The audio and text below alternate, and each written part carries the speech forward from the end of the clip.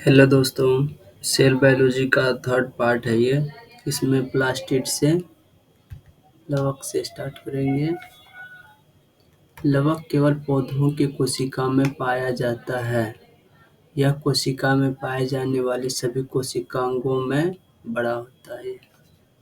लवक में खास पिगमेंट वर्णक पाए जाते हैं।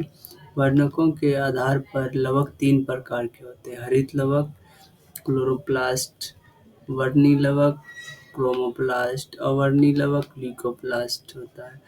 हरित लवक फिर टॉपिक हो गया ये। हरित लवक क्लोरोप्लास्ट यह सबसे महत्वपूर्ण लवक है। इस लवक में क्लोरोफिल वर्णक क्लोरोफिल पिगमेंट पाए जाते हैं, जिसके चलते प्रकाश संश्लेषण की प्रक्रिया पौधों में संपन्न होती है।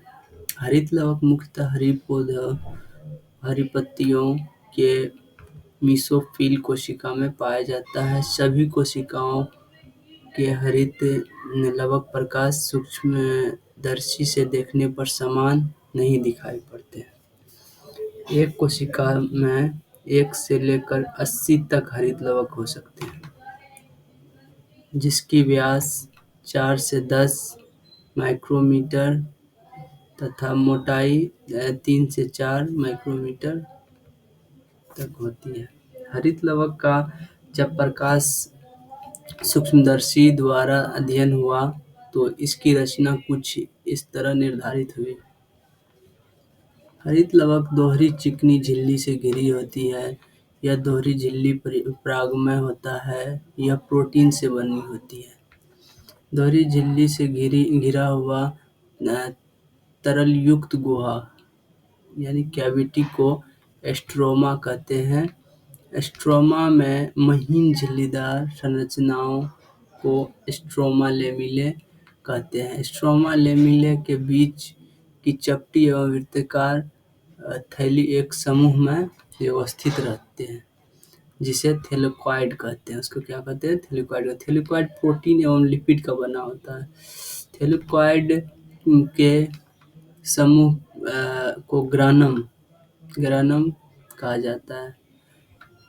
ये थैलेकॉइड जो होता है, इसके समूह को ग्रेनम कहा जाता है। थैलेकॉइड नामक थैली में हरित लवक पाया जाता है। क्लोरोफिल अणुओं के समूह को क्वांटासोम भी कहा जाता है। हरित लवक प्रकाश संश्लेषण क्रिया के केंद्र है। यह सिर्फ प्रकाश संश्लेषी पौधों में पाया जाता है। उसके बाद आ रहा है वर्णी लवक यानी क्रोमोप्लास्ट। इसे रंगीन लवक कहा जाता है। पौधों में हरे रंग के अतिरिक्त अन्य सभी रंगों के लिए वर्णी लवक का उत्तरदायी होता है। जैसे इसमें दिया हुआ विभिन्न प्रकार के वर्णी लवक। गाजर का नारंगी रंग किसके कारण होता है? केरोटीन क्रोमोप्लास्ट के कारण होता है। हल्दी का पीला रंग ज़ैंथोफिल के कारण।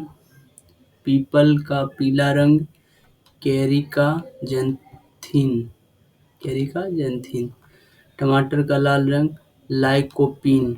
सेब का लाल रंग एंथोसायनिन है।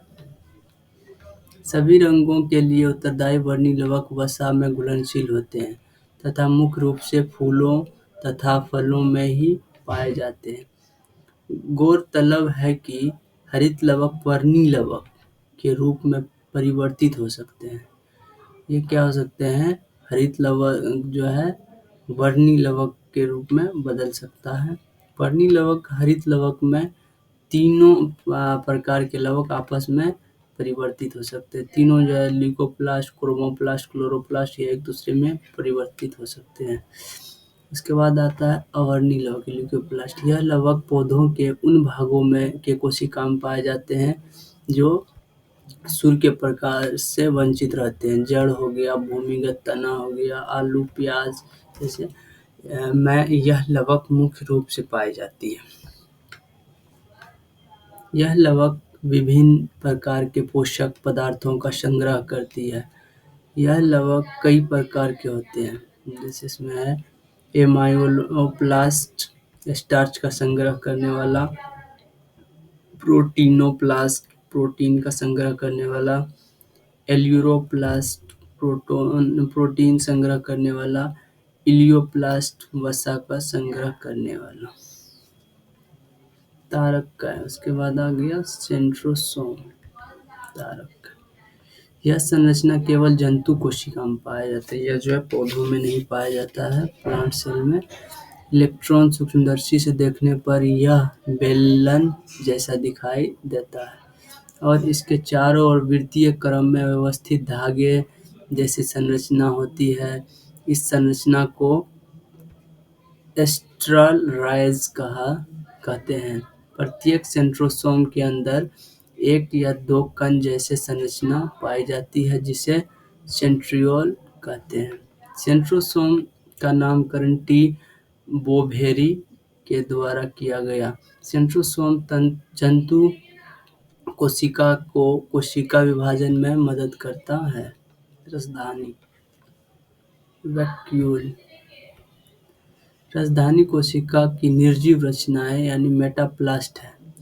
राजधानी मुख्य रूप से पौधों की कोशिका में पाई जाती है।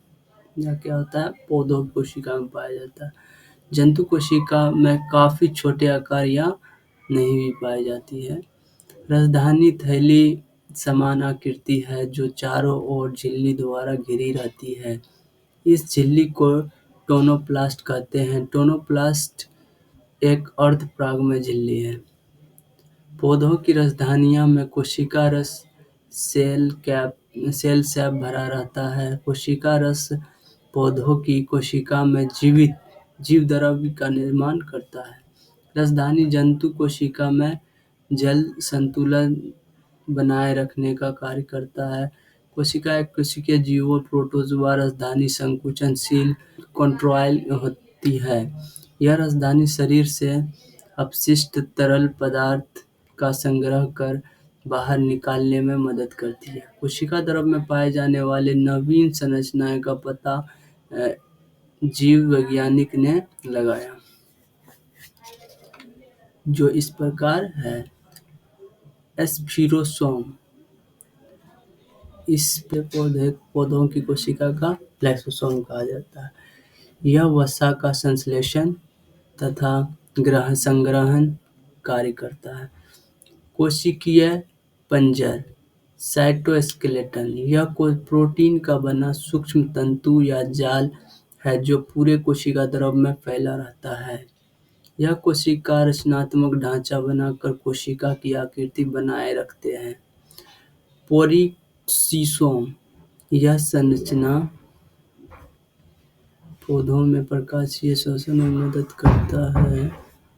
कोशिका द्वारा कोशिका में हाइड्रोजन पेरोक्साइड H2O2 का भी उत्पादन होता है।